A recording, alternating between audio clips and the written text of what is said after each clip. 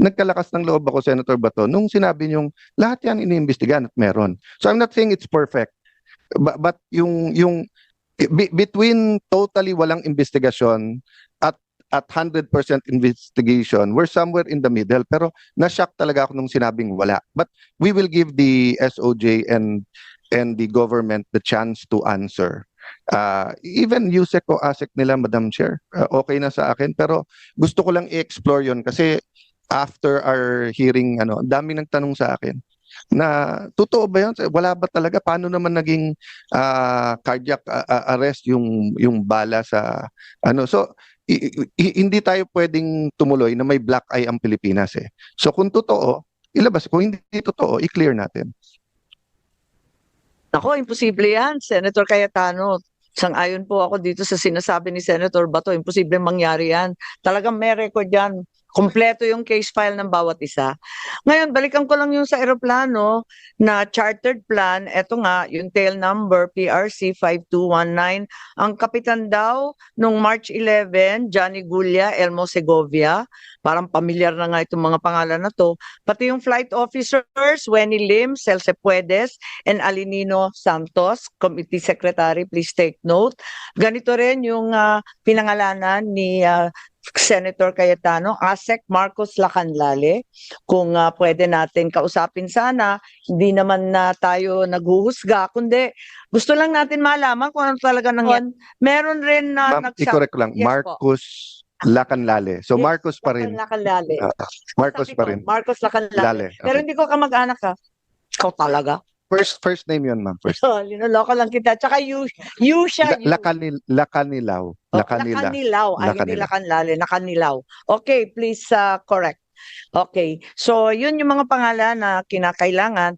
Meron rin nag-text sa akin, hinahamon ako, sana hindi manahimik. Please put on screen, sana hindi manahimik si Senadora. At wag pagtakpan ang iba at wag maging selective lang sa mga taong sumunod lang sa utos ng nakakataas.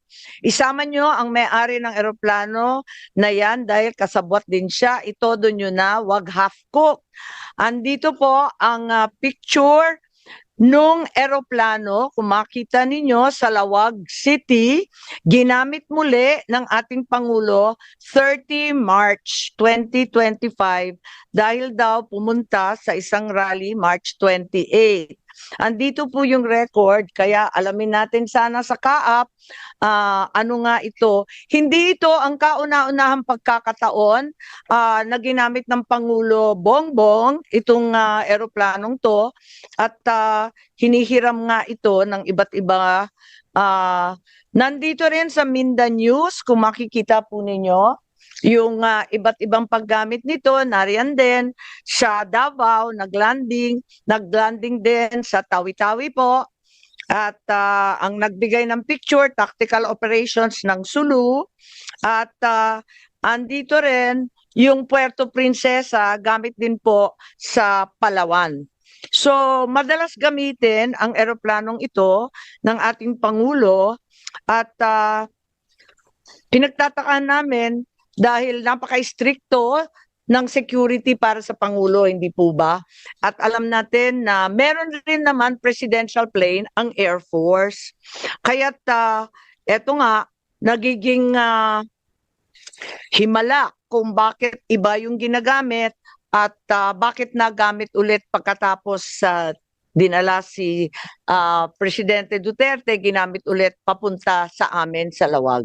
Yes, Senator Bato, please. Alam mo, Madam Chair, yung eroplano na yan, malungkot ang history ng eroplano na yan dahil yung eroplano na yan siguro, if it's being used by the presidents and the previous presidents, siguro yan yung eroplano na ginagamit ni Pangulong Duterte at baka ako, nakasakay rin ako niyan in one of our official duties, no, when we flew with the president, baka nakasakay tayo diyan at yan ang ginagamit na eroplano sa pag-perform ng kanyang official duties as President of the Philippines, at yan din ang eroplano na naghatid sa kanyang huling hantungan ng ICC. Masyado ka namang sumusuko na. Wag mo na tayo sumuko, baka naman iuwi pa siya. Baka sana yung eroplano na rin yan ang magsundo sa kanya kapag siya ay binigyan ng pinag-bail ng ICC. Sana masundo rin siya ng eroplano na yan. Madam Chair. Maraming kababalaghan, sayang wala rito ang mga kaap at yung mga opisyal at iba pang testigo na makakapagbigay ng linaw sa sambayanan tungkol sa eroplanong Mahiwaga. Ngayon meron rin tayo sanang tanong tungkol kay Arnie Teves, yun maliwanag. Talagang nagkaroon ng red notice kay Congressman Arnie Teves. Kaya lang, ang Interpol nagsasabi na hindi pa rin mahuli-huli. Ang sabi, nandun pa rin sa Timor-Leste, kahit ang Timor-Leste, miyembro rin ng Interpol. So ang tanong, asan na si Arnie Teves? Pinarusahan ba ang Timor-Leste? Ang alam ko, di ba, hinatulan ng kanilang Court of Appeals na hindi po pwedeng ipadala sa Pilipinas. Bakit ganun? Pwede palang hindian. It is very clear, Mr. President, Madam Chair, na ang papel ng Interpol is purely coordinative and sharing of information. So, kung ang Interpol magdala ng warrant dito, coming from ICC, napakadali lang sabihin ng PNP. Sorry, Interpol, I cannot cooperate with you because we do not recognize the jurisdiction of ICC at yung warrant na dala-dala ninyo na ang basis sa inyong red notice or yung diffusion notice na yan ay yung warrant ng Interpol, hindi na namin yun na-recognize. So, bakit kailangan namin sundin? So, sorry, Interpol, pwede naman ganun eh. Tayo, ang ginawa pa nating excuse ang Interpol para ibiyahe si Pangulong Duterte doon sa Dahig. Hindi ba yung Interpol, hindi naman pinaparusahan ang Timor-Leste? Kahit hindi sila sumusunod doon sa... Walang pagkaparusahan niya dahil Interpol exists for its members. Ang membro niya ng mga police organizations all over the world, nagbabayad yan ng annual pay doon sa annual fee sa Interpol para mabuhay yung operasyon ng Interpol. So, kung aalis ang Timor-Leste as member of Interpol, malaking kawawalan niya sa kanila. O kung aalis ang Philippine National Police, malaking kawawalan sa Interpol yan. Wala naman palang parusa. Bakit atat na atat tayo na ipadala si Presidente Duterte sa The Hague? Diffusion lang yon, wala naman palang obligasyon. Follow Pet's bentonite cat litter using negative pressure dust removal technology. There is no dust even if it is poured. Diffusion lang yon, wala naman palang obligasyon. Nakikita natin, Madam Chair, it is more than the Interpol, more than the ICC, this government really is the most interested party na maibiyahe si Pangulong Duterte doon sa Dahig. Yun talaga ang klarong lumalabas, Madam Chair. Ko talaga naman. Eto pa yung mga OFW natin, tumawag sa lahat ng sulok ng daigdig at nalulungkot ako, wala sina Arnel Ignacio ng ating OWA, wala rin dito si Hans Kakdak, ang secretary ng Migrants. Sana tatanungin ko kung ano yung procedure kapag yung OFW pinagdududahan na may krimen sa abroad, paano tini-turn over sa foreign jurisdiction? Ano yung safeguards? Paano natin pagtatanggol yung mga Pilipino na nahahatulan ng krimen o pinagdududahan o naaaresto? At alam din natin na marami na rin, ilan na rin ang OFW, mga Pilipino na naaresto sa abroad. At tayo, ginagawa natin ang lahat para maibalik. Kahit convicted na yan, criminal na yan, nagsiserve na ng sentence, talagang ginagawa natin ang lahat para maiuwi. Kaya nga, tinatanong ko, nakauwi na lang tayo ng marami, di ba?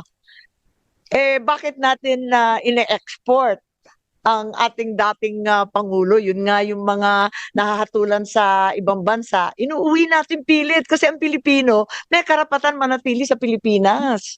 Di po ba? Ngayon, natatakot na yung mga OFW natin, nandun sila, wala naman magtatanggol sa kanila. Kung mismo sa sarili mong bansa, pwede kang tangayin ng sino man. Abay, anong kasiguraduhan na safe sila sa ibang bansa? Hindi ko masagot at nahihiya na nga ako sa ating mga OFW. Hindi ko maintindihan kung ano masasabi sa kanila dahil nagagalit nga, ba't daw ganun ang nangyari. Pero magko-closing na lang po ako, palibasa wala tayong sagot sa araw na ito. Walang dumalo sa ating pagdinig, hindi nila dininig ang pulso ng bayan. Paano tayo uusad kung mismo mga dapat magpaliwanag ay nagtatago sa dilim? Paano natin mapapanagot ang mga ayaw sumagot? Pero hindi tayo titigil. Sama-sama natin ihahatid ang mga sabpina na hinanda ko na. Kailangan kasi pirmahan ng lahat ito ng ating Senate President Chis Escudero. Kailangan pirmahan ng lahat ito pagkat absent silang lahat ngayon. Upang kanyang pirmahan, patunayan na ang Senado ay malaya at matapang na naninindigan para sa mamayan. Sambayan ng Pilipino ang masusunod. Tayong mga lingkod bayan mula barangay hanggang Malacanang ay pawang tagapagsilbi lamang. Tagapakinig na sa daing. Tagasagot sa mga tanong. Kung kaya ng isang matanda na may sakit na harapin ang walang respetong pag-aaresto, bakit ang mga duwag na ito ay wala sa ating harapan? Nako, magalit na kayo sa akin, pero hindi ba kaduwagan ang hindi sumagot? Sadyang naging duwag na nga ba ang mga Pilipino? Hindi ako papayag. Hindi rin papayag si Senator Bato. Hindi ako aatras tulad nila. Ipakita ko na ang Senado ay ang huling balwarte ng katapangan, ng katotohanan. Kung ang sigaw ng sambayanan sa ICC para kay PRRD ay bring him home, ang sigaw ko sa Executive Secretary Bersamin para sa mga pinoprotektahan niya, bring them here to the Senate, now. Yun lang po. Maraming salamat. With that, I suspend this hearing. Thank you po.